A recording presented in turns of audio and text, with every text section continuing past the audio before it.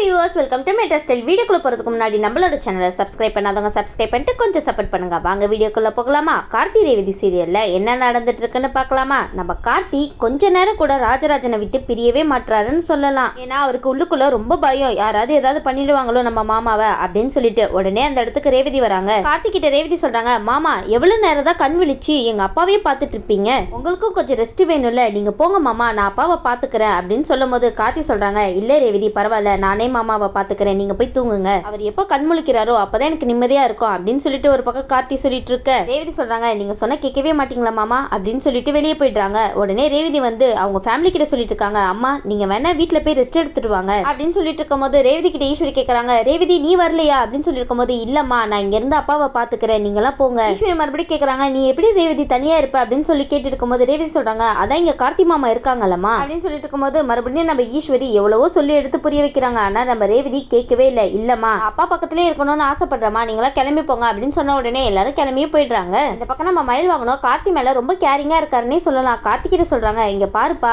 மாமாக்கு இந்த மாதிரி ஆனதுல இருந்து நீ சரியா தூங்கல சாப்பிடல, ஏன்பா இந்த மாதிரி இருக்க, போய் சாப்பிடுப்பா அப்படின்னு சொல்லிட்டு இருக்கும் போது நம்ம கார்த்தி சொல்றாங்க, இல்ல மாமா எப்படியாவது பொழைச்சிடணும், அவருக்கு எதுவுமே ஆகக்கூடாது, கண்முழிக்கிற வரைக்கும் நான் இப்படிதான் இருப்பேன் அப்படின்னு சொல்லிட்டு இருக்கும் போது இந்த விஷயத்தெல்லாம் நம்ம ரேவதி பார்த்துட்டே இருக்காங்கன்னே சொல்லலாம். உடனே ரேவதி அந்த இடத்துல நினைக்கிறாங்க, கார்த்தி மாமா எவ்வளவு நல்லவரா இருக்காரு, ஆனா அம்மா ஏன் இவர் மேல இப்படி வெறுப்ப குட்டுறாங்கன்னு தெரியலையே. உண்மையை சொல்ல போகணும்னா அப்பாக்கு இந்த மாதிரி ஆகிறதுக்கு நானும் ஒரு காரணம் தானே. ஃபர்ஸ்ட்ல இருந்து இந்த கல்யாணத்துக்கு சம்மதிக்காம இருந்திருந்தானா, அது மட்டும் இல்லாம அப்பா என்கிட்ட எவ்வளவோ சொன்னாங்க, அவர் பேச்சு கூட நான் கேட்கவே இல்லையே, அன்னைக்கே அப்பா பேச்சு கேட்டு இருந்தானா கண்டிப்பா இந்த நிலைமை வந்திருக்காது, இதுக்கெல்லாம் காரணம் நானும் தான் அப்படின்னு சொல்லிட்டு ரொம்ப ஃபீல் பண்ணிட்டு இருக்காங்க நம்ம ரேவதி. ரேவதி எது நடக்கணுமோ கண்டிப்பா நடந்தே ஆகும், அதை யாருனாலையும் தடுக்க முடியாது, அது மட்டும் நல்லா புரிஞ்சுக்கோங்க. உடனே ரேவதி வந்து கார்த்திகிட்ட போயிட்டு, மாமா என்ன மன்னிச்சிருங்க மாமா அப்படின்னு சொல்லிட்டு இருக்காங்க. உடனே நம்ம கார்த்திக்கு ஒண்ணுமே புரியல, ஏன் ரேவதி என்னாச்சு, நீ எதுக்கு என்கிட்ட மன்னிப்பு கேட்டுட்டு இருக்க? இல்ல கார்த்தி மாமா நீங்க ரொம்ப நல்லவரா தான் இருக்கீங்க, அது மட்டும் இல்லாம தாத்தா பாட்டி ரெண்டு பேருமே நல்லவங்களா தான் இருக்காங்க, ஆனா அம்மா ஏன் இப்படி வெறுப்ப காமிக்கிறாங்கன்னு எனக்கு புரியவே மாட்டேங்குது. இந்த மாதிரி எங்க பாட்டி, அதாவது அம்மாவோட அம்மா, அவங்களோட நிலைமைக்கு இவங்க ரெண்டு பேரும் தான் காரணம்னு அடிக்கடி சொல்லிட்டே இருக்காங்களே, ஆனா எனக்கு உள்ளுக்குள்ள ஏதோ சொல்லிட்டே இருக்கு மாமா, கண்டிப்பா இதுக்கெல்லாம் காரணம் தாத்தா பாட்டியே இருக்கவே முடியாது, ஆனா அம்மா தான் அவங்க எல்லாருமே தப்பா புரிஞ்சுக்கிட்டு இந்த மாதிரிலாம் பண்ணிட்டு இருக்காங்க, அது மட்டும் இல்லாம எனக்கு கல்யாண ஏற்பாடு பண்ண ஆரம்பிச்சாங்க, ஆனா கடைசியில அப்பாவுக்கு இந்த மாதிரி ஒரு நிலைமை ஆயிடுச்சு, என்னென்னவோ நடந்து போச்சு அப்படின்னு சொல்ல, அது மட்டும் இல்லாம இதுக்கு காரணமும் நான் தானே மாமா, ஃபர்ஸ்டே இந்த கல்யாணம் வேணான்னு சொல்லியிருந்தேனா இந்த மாதிரி நடந்திருக்குமா சொல்லுங்க.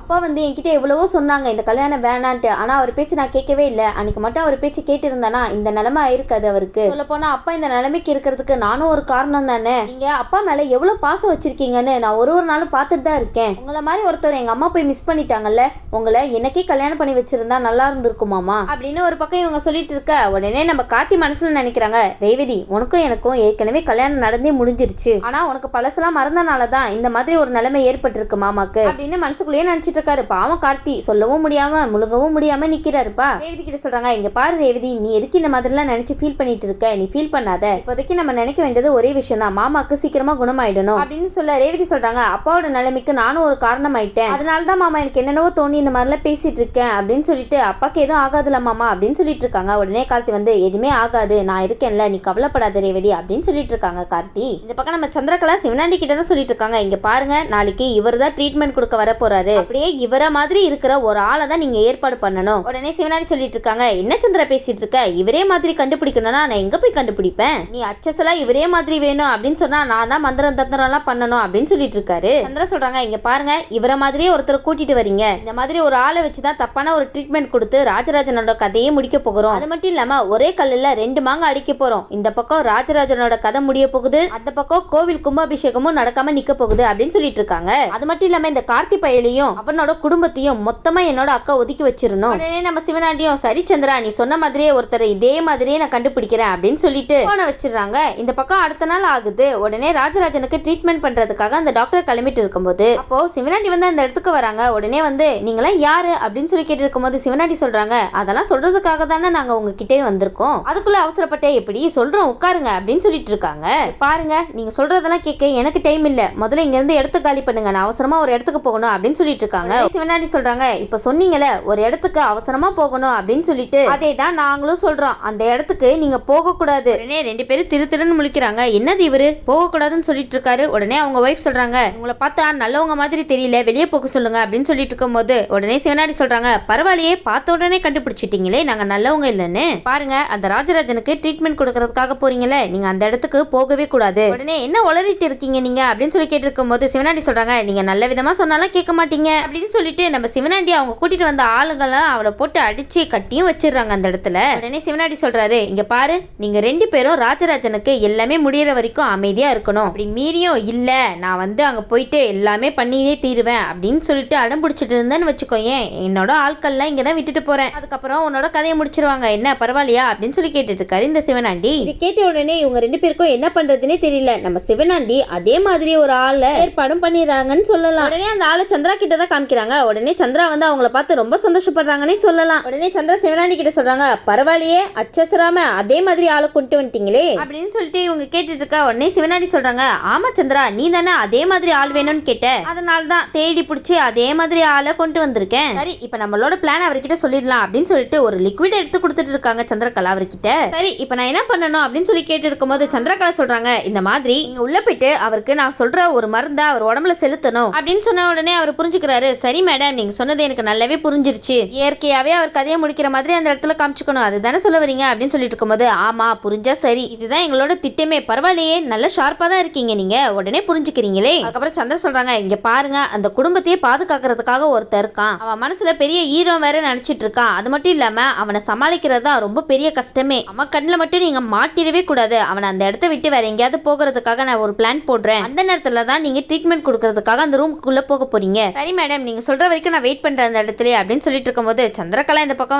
ஆர்த்தியை எப்படி இந்த இடத்த விட்டு வெளியே அனுப்புறது அப்படின்னு சொல்லிட்டு தான் யோசிச்சுட்டே வராங்க. உடனே ஈஸ்வரி கேக்குறாங்க, என்ன சந்திரகலா இவ்வளவு நேரமா எங்க போயிட்டு நீனு? உடனே மயில் வாங்கணும் கார்த்தி 2 பேருமே அந்த இடத்துல தான் இருக்காங்க. நம்ம கார்த்திக்கு சந்திரா மேல ஒரு கண்ணுனே சொல்லலாம். கார்த்தி வச்ச கண்ணை எடுக்காம இந்த சந்திராவையே தான் நோட்டு விட்டுட்டு இருக்காரு. கார்த்தி, நீங்க இவ்வளவு நோட்டு விட்டே அவங்க இந்த மாதிரி தில்லலாங்கடி வேலை எல்லாம் பார்த்துட்டு வந்திருக்காங்க, கொஞ்சம் கேர்லெஸ்ஸா இருந்தோம் நம்மளே பேப்பர் மாதிரி மடிச்சு வாயில போட்டு முழுங்கிடுவாங்களே. உடனே சந்திரா சொல்றாங்க, இல்லக்கா மாமா சீக்கிரமா சரியாயிடணும் அப்படின்னு சொல்லிட்டு கோவிலுக்கு தான் போயிட்டு வந்தேன் அப்படின்னு சொல்லிட்டு குங்குமத்தை கொடுத்துட்டு இருக்காங்க. அடேங்கப்பா, இது மாஸ்டர் பீஸ் ஆக்டிங்கால இருக்கு. உடனே அக்காக்கு ஐஸ் கட்டி வச்ச மாதிரி ஆயிடுமே, பரவாயில்லையே என்னோட தங்கச்சி என்னோட புருஷனுக்காக கோயிலுக்குலாம் போயிட்டு பூஜைலாம் பண்ணிட்டு வந்திருக்காளே அப்படின்னு சொல்லிட்டு ரொம்ப சந்தோஷப்பட்டுட்டு இருக்காங்க அந்த இடத்துல. ஆனா நம்ம மயில் வாங்கின இருக்காங்க பாத்தீங்களா, ரொம்ப குசும்பு பிடிச்ச ஆளுன்னே சொல்லலாம். இவன் அந்த மாதிரி பண்ற ஆளெல்லாம் இல்லையேப்பா, இவளா கோயிலுக்கு போயிட்டு பூஜை பண்ணிட்டு வந்திருக்கா, பார்த்தா அப்படி தெரியலையே அப்படின்னு சொல்லிட்டு மயில் வாங்கின டவுட் பட்டுட்டு இருக்காரு. பா, அவ லேசுப்பட்ட ஆள் இல்லப்பா, நம்ம மாமா பொழைக்கணும்னா பூஜை பண்ணிட்டு வந்திருக்கா, அவ சொல்ற வார்த்தையில கொஞ்சம் கூட நம்பிக்கை இல்லாத மாதிரியே இருக்கேப்பா,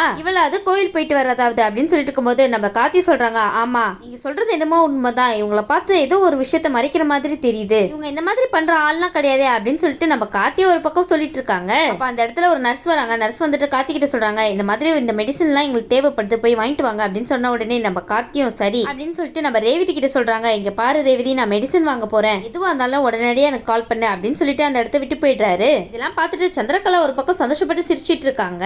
நர்ஸ் கிட்ட போயிட்டு இந்த மாதிரி அந்த கார்த்தி பையில மெடிசின் வாங்கிட்டு வாங்க அப்படின்னு சொல்லி அனுப்புனதே அவங்க தானே, அதனால தான் அவங்க முகத்துல அளவு கடந்த சந்தோஷம் தெரியுது. சந்திரா பணத்தை நீட்டி அந்த நர்ஸே வேலைக்கு வாங்கிட்டாங்கன்னு சொல்லலாம். அந்த நர்ஸும் பணத்துக்கு ஆசைப்பட்டு இந்த மாதிரி ஒரு வேலையை பார்த்துட்டாங்கப்பா. இந்த பக்கம் நம்ம சந்திரா அந்த டூப்ளிகேட் ஆளை எப்படியாவது உள்ள வர வச்சிடணும் அப்படின்னு சொல்லிட்டு அவருக்கு தான் கால் பண்றாங்க, இங்க பாரு நான் சொன்ன மாதிரியே அந்த கார்த்தியை வெளியே அனுப்பிட்டேன், நீ இப்ப உள்ள வரலாம், யாருக்கும் தெரியாம வா அப்படின்னு சொல்லிட்டு இருக்காங்க. உடனே அவரும் டாக்டர் மாதிரி ராஜராஜனுக்கு ட்ரீட்மெண்ட் கொடுக்கறதுக்காக உள்ள போயிடுறாருப்பா. அவர் உள்ள போகும்போது எல்லாரையும் ஒரு மாதிரி பார்த்துட்டே போறாரு. உடனே மயில் வாகனத்துக்கு ஒரு டவுட் வருது, இவரையும் இந்த மாதிரி பார்த்துட்டு போறாரு அப்படின்னு சொல்லி நினைச்சிட்டு இருக்கும்போது இந்த பக்கம் நம்ம கார்த்தியை தான் காமிக்கிறாங்க. நம்ம கார்த்தி மெடிசன் வாங்க போறாரு. ஒன்னா லேட் ஆயிட்டு இருக்குப்பா ஒரு மெடிசனும் வாங்குறதுக்கு, பாருங்க கொஞ்சம் சீக்கிரமா மெடிசன்ஸ் எல்லாம் தரீங்களா அப்படின்னு சொல்லி கேட்டிருக்கும் போது, இருங்க சார் ஒன்னா பார்த்து தர வேணாமா அப்படின்னு சொல்லிட்டு இருக்காரு. ஆனா நம்ம கார்த்திக்கு ரொம்ப படபடப்பா இருக்குன்னே சொல்லலாம். உடனே அந்த மெடிசனை வாங்கிட்டு வந்துடுறாங்க. அப்ப கார்த்தி கேக்குறாங்க, என்னாச்சு அப்படின்னு சொல்லிட்டு மயில் வாகனத்துக்கிட்ட கேட்கும் போது, இல்லப்பா எல்லாரும் ட்ரீட்மெண்ட் கொடுக்கறதுக்காக உள்ள போயிருக்காங்க அப்படின்னு சொன்ன உடனே நம்ம கார்த்திக்கு டவுட் வர ஆரம்பிச்சது. இந்த பக்கம் சந்திரா சிவனாண்டிக்கு தான் கால் பண்றாங்க.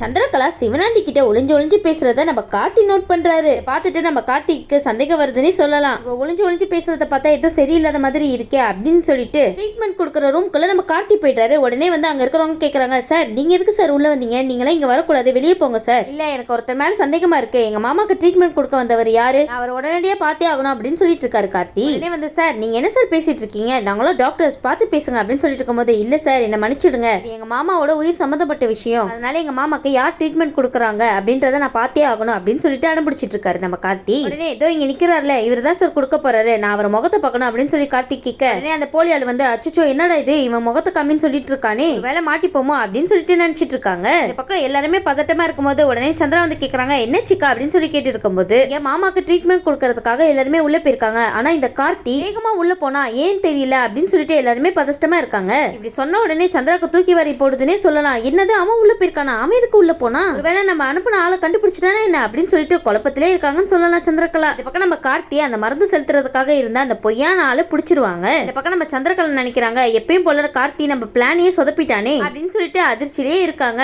சரி, இதுக்கப்புறம் கார்த்தி என்ன பண்றாரு ஏது பண்றாருன்னு வெயிட் பண்ணி பார்க்கலாம். இந்த வீடியோ உங்களுக்கு பிடிச்சிருந்துச்சுன்னா மறக்காம மெட்ரா ஸ்டைலை லைக் பண்ணுங்க, ஷேர் பண்ணுங்க, சப்ஸ்கிரைப் பண்ணிடுங்க. தேங்க்யூ.